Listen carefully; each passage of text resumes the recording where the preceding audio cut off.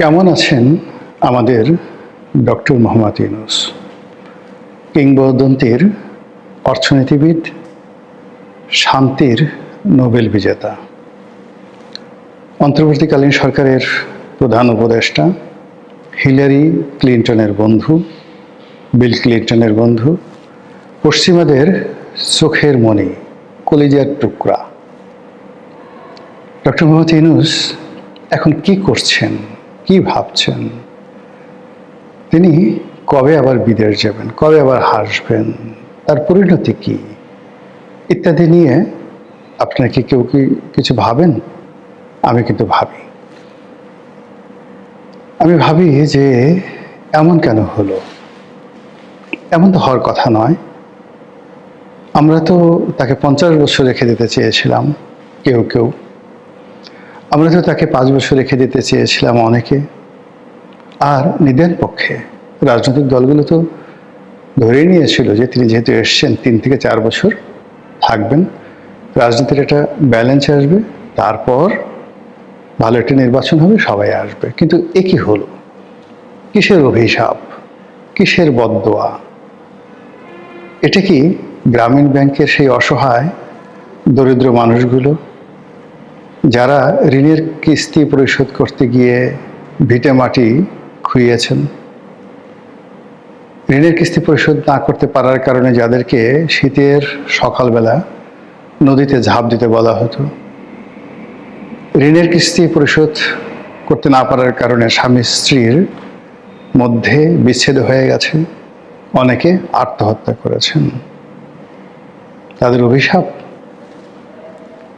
নাকি ডক্টর মোহাম্মদ ইউনূস বিভিন্ন সময় বাংলাদেশে বহু মানুষের সঙ্গে ব্যবসা করার চেষ্টা করেছেন এবং প্রায় সবাইকে ঠকিয়েছেন, কর্মচারীকে, কর্মকর্তাদেরকে, পার্টনারদেরকে, যারাই তাকে বিশ্বাস করেছেন সবাই তার দ্বারা মারাত্মকভাবে ঠকেছেন, হাতে গোনা কয়েকজন ছাড়া? তাদের অভিশাপ? নাকি প্রকৃতির বিচার? প্রকৃতি যে কাজটি করে সেটি হলো, আপনি যে দেশে জন্মগ্রহণ করবেন সে দেশের মাটি এবং মানুষের সঙ্গে আপনার একটা মমত্ব বোধ থাকবে, সে দেশের জন্য আপনি জীবন দেবেন, সে দেশের সীমান্ত রক্ষার জন্য আপনি জীবন দিলে আপনি শহীদ হবেন। এটি প্রকৃতির বিধান। বাংলায় যারা জন্ম নিয়েছেন, বাংলার আম, জাম, কলা, কাঁঠাল, ইলিশ, তাল থেকে শুরু করে যা কিছু আছে সব আপনার অস্থি মজ্জার সঙ্গে এমনভাবে মিশে আছে, পৃথিবীর সবচেয়ে সেরা খাবারগুলো আপনার ভালো লাগবে না। যে মানুষগুলো এই তার মাতৃভূমির টান বাদ দিয়ে, তার মাতৃভূমির সঙ্গে সম্পর্ক বাদ দিয়ে অন্য ভূমে, পরভূমে তারা স্বর্গ খোঁজে, দেশের চাইতে বিদেশিদেরকে তাদের ভালো লাগে, বাংলার সাথে ইংরেজি ভালো লাগে, দেশের মানুষকে চাকর মনে হয়, বিদেশিদেরকে প্রভু মনে হয়। এই সকল যারা মন মানসিকতা সম্পন্ন, তারা যত জ্ঞানী হন, গুণী হন, আল্লাহর গজব তাদেরকে তাড়া করে, যেভাবে মাইকেল মধুসূদন দত্তকে তাড়া করেছিল। এত বড় একজন কবি, এত বড় একজন মহান ব্যক্তি, কেবলমাত্র বাংলাকে তাচ্ছিল্য করার জন্য তার জীবন তছনছ হয়ে গেছিল এবং তিনি যখন বুঝলেন তার ভুল, তখন আর তার সেখান থেকে ফিরে আসার কোনো উপায় ছিল না। তো ডক্টর মোহাম্মদ ইউনূসের এই যে 17 মাসের পরাজয়, কিংবা একসময় যে শেখ হাসিনার সঙ্গে তার এত ভালো সম্পর্ক ছিল, শেখ হাসিনা তার পুরো জমানাতে 96 থেকে 2001 পর্যন্ত পুরো জমানাতে ডক্টর মোহাম্মদ ইউনূসকে সারা দুনিয়াতে তিনি প্রমোট করেছেন, স্যার ডাকছেন। এমন কি হলো? শেখ হাসিনা কেন রাগ হবেন? এখানে তো রাগ হওয়ার কথা নয়। যে শেখ হাসিনা তাকে 800 কোটি টাকা বিনা সুদে ঋণ দিয়েছেন গ্রামীণ ব্যাংকের জন্য, আর সেই ঋণের কারণে গ্রামীণ ব্যাংক টিকে ছিল, আদারওয়াইজ দেউলিয়া হয়ে যেত, সেই শেখ হাসিনা কেন, কি কারণে তার প্রতি বিক্ষুব্ধ হবেন? তাকে কেন সুদী বলবেন, সুদী ইউনূস বলবেন? কারণটা কি? একটু খুঁজে দেখেছেন? কিংবা ধরুন যে বিএনপি 2001 থেকে 2006 পর্যন্ত তারাও ডক্টর মোহাম্মদ ইউনূসকে প্রমোট করেছেন, কিন্তু 11-এর সময় তার কর্মকাণ্ডের কারণে বিএনপিও তাকে বিশ্বাস করেনি। আবার ধরুন তার সঙ্গে ডেমোক্র্যাটদের একটা ভালো সম্পর্ক ছিল, ডোনাল্ড ট্রাম্প আসার সঙ্গে সঙ্গে আমেরিকার সমস্ত দরজা তার জন্য কেন বন্ধ হয়ে গেল? কি দোষ, কি করেছেন তিনি? তার চিন্তায় ত্রুটি, চরিত্রে, কর্মে, আচরণে, নাকি কি? একমাত্র আল্লাহ ছাড়া কেউ জানেন না। তবে গত 17 মাসে তিনি যেভাবে অপমানিত হয়েছেন, যেভাবে লাঞ্ছিত হয়েছেন, মানুষ যেভাবে তাকে গালাগাল করেছে এবং এখন পর্যন্ত করে যাচ্ছে, আমার শত্রু যে আছে তার ভাগ্যেও যেন এরকম জীবন নসিব না হয়। আল্লাহ তার তকদিরে কোথায় মৃত্যু রেখেছে, কিভাবে তিনি মরবেন আমি জানি না। আর তার মৃত্যুতে কতজন মানুষ জানাজায় হাজির হবেন তাও জানি না। তার মৃত্যু কি দেশে হবে না দেশের বাইরে হবে তাও জানি না। কিন্তু যতদিন তিনি জীবিত থাকবেন, তার এই যে অভিশপ্ত একটা জীবন, এই জীবন তাকে এবং তার পুরো পরিবারকে প্যারা দেবে। তিনি গত 17 মাসের থেকে যে কাজগুলো করেছেন, অনেক ভালো কাজ হয়তো করেছেন, আমরা জানি না। কিন্তু তার মন্দ কাজগুলো যেভাবে ব্র্যান্ডিং হয়েছে, তিনি তার গ্রামীণ ব্যাংকের জন্য, গ্রামীণ ফোনের জন্য, তার নিজের জন্য, তার নিজের পরিবারের জন্য, তার ভাই ভাতিজা, স্ত্রী, কন্যা, সকলের জন্য যা কিছু করেছেন, সব মানুষ নির্বিচারে নিন্দা করেছে। তিনি সবাইকে কথা দিয়েছেন, কারোর সঙ্গে কথা রাখেননি। তিনি সবার বন্ধু হওয়ার চেষ্টা করেছেন, কিন্তু অন্তর থেকে কারো বন্ধু হননি। ফলে বিদায় বেলায় তা নিয়ে তিনি কাউকে পাননি। তিনি যেদিন যমুনা ছেড়ে গেলেন, সেদিন জামাতের আমির তারেক রহমান সাহেব, অন্যান্য যে রাজনৈতিক দল যারা এই যাকে বলা হয় সংস্কার কমিটিতে, রিয়াজ আলীর কি আলী রিয়াজ আলী তো না, আলী রিয়াজের সংবিধান সংস্কার কমিটিতে নিয়মিত গেছেন প্রায় কত 70টা না 80টা রাজনৈতিক দল। তারা ফুলের মালা নিয়ে যাবেন, অনেকে কেঁদে দিবেন, অনেকে চোখের পানি ফেলবেন, স্যার আপনি আমাদের ছেড়ে চলে গেলেন, এই হবে তার বিদায়। কিন্তু না, তিনি তার কন্যাকে নিয়ে আর এসএসএফের গার্ড নিয়ে ধীরে ধীরে মার্সিডিজ গাড়ির দিকে, সরকারি গাড়ির দিকে এগিয়ে গেলেন। এখন আমরা জানলাম যে তিনি 1 বছর ভিভিআইপি প্রোটোকল নিয়ে তারপর তিনি থাকবেন। সবাই বলছে ভালোই হয়েছে। যদি ভিভিআইপি প্রোটোকল মানে এসএসএফের আন্ডারে থাকে, তাহলে তিনি পালাতে পারবেন না, দেশ ছেড়ে যেতে পারবেন না। সবসময় একটা নজরদারিতে রাখা হবে এবং বলা হচ্ছে যে তাকে ইচ্ছা করে এই কাজগুলো করানো হয়েছে, বা তিনি না বুঝে ইচ্ছা করে প্রোটোকলের মধ্যে তিনি পড়ে গেছেন। তিনি যদি ক্ষমতা ত্যাগের পরের দিনে চলে যেতেন দেশের বাইরে, কেউ হয়তো তাকে আটকাতো না। কিন্তু আজকের দিনে তার পক্ষে যাওয়াটা আদৌ সম্ভব কিনা এটা আমি বলতে পারবো না। যেটা আমি বলছিলাম যে গত 17 মাসে তিনি যে অসংখ্য শত্রু তৈরি করেছেন, সেই শত্রুদের মধ্যে বেশিরভাগই তার মিত্র। তাকে যারা ভালোবাসতো, চোখ বুঝে ভালোবাসতো, তারা অনেকেই এখন তার শত্রু। যারা তার দীর্ঘায়ু কামনা করতেন, তারা এখন চাচ্ছে না যে এই লোকটা বেশি দিন বেঁচে থাকুক। তারপর অনেকে চাচ্ছেন যে তিনি একটু জেলে যান, তার একটু হাত কড়া পরানো হোক, তার বিরুদ্ধে মামলা হোক, মোকদ্দমা হোক। আওয়ামী লীগের লোকজন যেভাবে সেই কোর্ট কাছারিতে গিয়ে ডিম থেরাপির শিকার হয়েছেন, তার সঙ্গে অন্তত পক্ষে এভাবে একটু ডিম থেরাপি হোক। অ্যাটলিস্ট মুরগির ডিম শক্ত বা হাঁসের ডিম শক্ত, সেগুলো পরিবর্তে যদি কোয়েল পাখির ডিমও মোটামুটি দেওয়া হয় তাকে, কিছু লোক আছেন যারা খুব খুশি হবেন, হাসবেন, জোরে জোরে হাসাহাসি করবেন। এটাই বাস্তবতা। এখন সেই লোকটি কেমন আছেন আমরা জানি না, তবে নিশ্চিত যে দিল্লি তাকে ছাড়বে না, কোনো অবস্থাতে দিল্লি তাকে ছাড়বে না। আওয়ামী লীগের কথা বাদ দেন, আওয়ামী লীগ একটা মানে নিজেরাই এখন বিপদগ্রস্ত, আগামীতে কাদের কি বিপদে করবেন সেটা পরের ব্যাপার। কিন্তু দিল্লি তো একটা রাষ্ট্র, নরেন্দ্র মোদী যে ম্যান। এবং এই পৃথিবীতে গত নরেন্দ্র মোদী 2014 থেকে এই পর্যন্ত পৃথিবীর অনেকগুলো যে গ্লোবাল ডিসিশন, সেই গ্লোবাল ডিসিশন গ্রহণের ক্ষেত্রে বা গ্লোবাল ডিসিশন রহিত করার ক্ষেত্রে যে নরেন্দ্র মোদীর গুরুত্বপূর্ণ ভূমিকা ছিল, তিনি ডক্টর মোহাম্মদ ইউনূস দ্বারা গত 17 বছর যে নির্যাতিত হয়েছেন, নিপীড়িত হয়েছেন, অপমানিত হয়েছেন, লাঞ্ছিত হয়েছেন, যাকে রীতিমতো চু লিং পং করে দেওয়া হয়েছে সরকারের পক্ষ থেকে। এখন এই চু লিং পং নাকি যাকে বলা হয় খুব ভালো একটি বাংলা ভাষা, ভালো কথা। এখন এই বাংলা ভাষাটাকে যদি জনাব নরেন্দ্র মোদী তিনি ডক্টর মোহাম্মদ ইউনূসের জন্য গলার মালা করে তার গলায় ঝুলিয়ে দেন, তার পোশাক বানিয়ে দেন, এটা দিয়ে, এই শব্দ দিয়ে সারা শরীর শুধু এগুলো লেখা থাকবে। রুদ্রাক্ষের মালার উপর চু লিং পং লিখে তার গলায় বিরাট একটা মালা ঝুলিয়ে দেন, হাতে ওইরকম একটা মালা ঝুলিয়ে দেন যে সারাদিন আপনি ওইটা বলেন, ইয়া মবু, ইয়া মবু, ইয়া সুলিংপং, মানে চুলিংপং মানে সুদলিংপং, বাট আমি একটু ভদ্র করে চুলিংপং বলছি আর কি।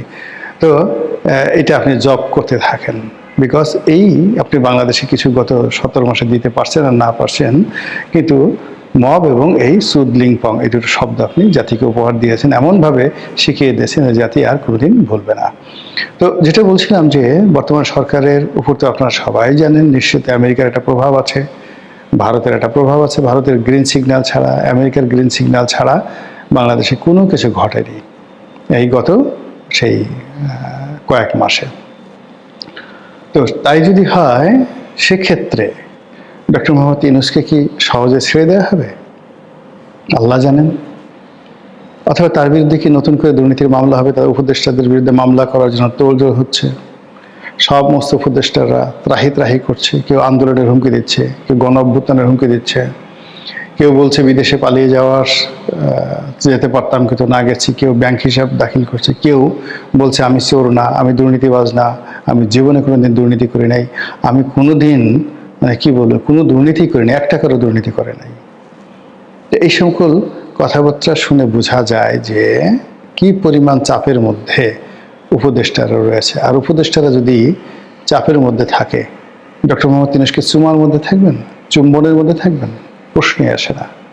এবং সেক্ষেত্রে কি হবে, তার যে পুরনো মামলাগুলো সেগুলো যদি নতুন করে চালু হয়, তার বিরুদ্ধে যদি আবার নতুন করে মামলা হয়, আবার তাকে যদি কোর্ট কাছারিতে ঘুরতে হয়, তিনি তখন জোরে জোরে চিৎকার করে বলবেন যে আগেই ভালো ছিলাম, আগে সিঁড়ি দিয়ে উঠতাম হেঁটে হেঁটে, পেছন থেকে কেউ গালি দিত না, কেউ ডিম মারতো না, আগে কখনো হ্যান্ডকাপ পরানো হয়নি, আগে খাঁচার মধ্যে ঢোকার নিয়ম ছিল কিন্তু ম্যাজিস্ট্রেট ভদ্রতা করে আমাকে খাঁচায় ঢুকায়নি, আমি নাটক করার জন্য খাঁচায় ঢোকার চেষ্টা করেছি, আর এখন একই হলো, একই ঘটছে, এও কি দুনিয়া, এও কি সম্ভব?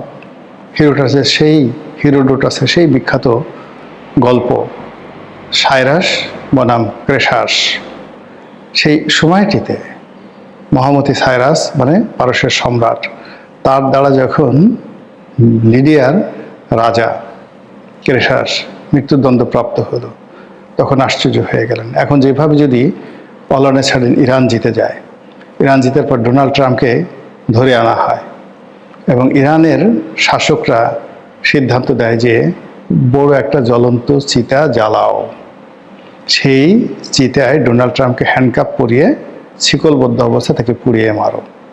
তখন ডোনাল্ড ট্রাম্প যেভাবে আশ্চর্য হবেন, ঠিক এরকম ঘটনা এই পৃথিবীতে ঘটেছিল।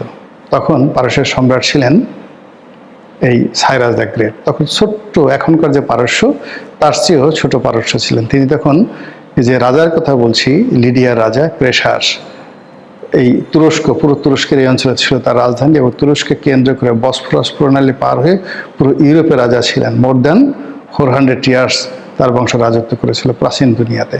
সেই বংশের সবচেয়ে পাওয়ারফুল সম্রাট ছিলেন সম্রাট ক্রেশাস। আর সম্রাট ক্রেশাসের অধীনে ছোট্ট একটা সামন্ত রাজা ছিলেন সাইরাস। সেই সাইরাসের কাছে ক্রেশাস পরাজিত হয়েছিলেন যুদ্ধের ময়দানে। আর সাইরাস তাকে বলছিলেন যে ওকে বন্দি করে চিতার আগুনে ফেলে জ্বালিয়ে পুড়িয়ে মারো। যখন তাকে চিতার আগুনে নিয়ে যাওয়া হচ্ছিল, তিনি খুব অবাক হয়ে আশ্চর্য হয়ে আকাশের দিকে তাকিয়ে বলেছিলেন, হে বিধাতা, এও কি সম্ভব? এই ঘটনা পৃথিবীতে অতীতে বহুবার ঘটেছে, আগামীতে যে ঘটবে না, এটা কি পারস্য কিংবা বাংলায়, এ কথা আপনি আমি বলতে পারি না। ভারতীয় গণমাধ্যম নর্থ ওয়েস্ট এবং এই পত্রিকাটির সাংবাদিক জনাব চন্দন নন্দী গত কয়েক বছর ধরে বাংলাদেশে বেশ আলোচিত। শেখ হাসিনা রেজিমের শেষ সময়টিতে তিনি অনেক চমকপ্রদ নিউজ তৈরি করেছেন এবং অনেকগুলো তার যে খবর, তার যে অথেন্টিকেসি এবং তার যে অ্যাকুরেসি, এটি ঠিক সেই রিপোর্ট না পড়লে বোঝা যাবে না।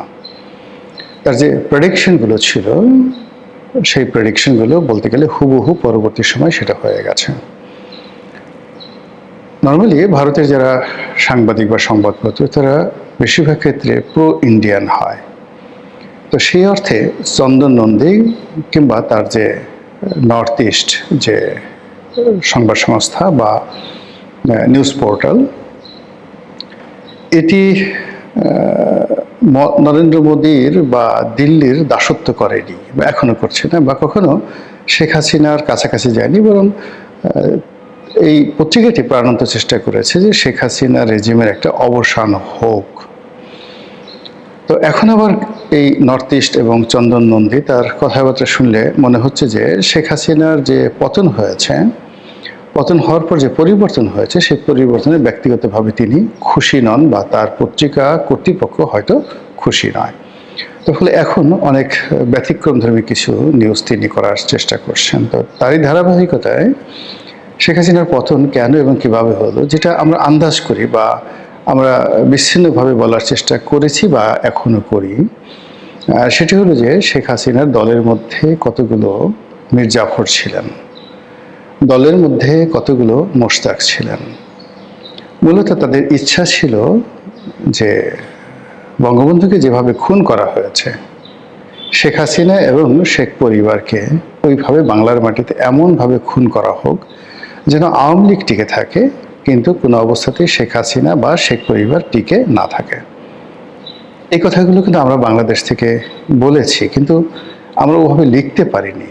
কিন্তু চন্দন নন্দী যেভাবে লিখেছেন, যেভাবে বলেছেন এবং এখন যেভাবে বলছেন, তাতে করে আমাদের যে সেই বক্তব্যগুলো, সেই বক্তব্যগুলোর উপর একটা রীতিমতো সিলসাপুর নেমে আসে।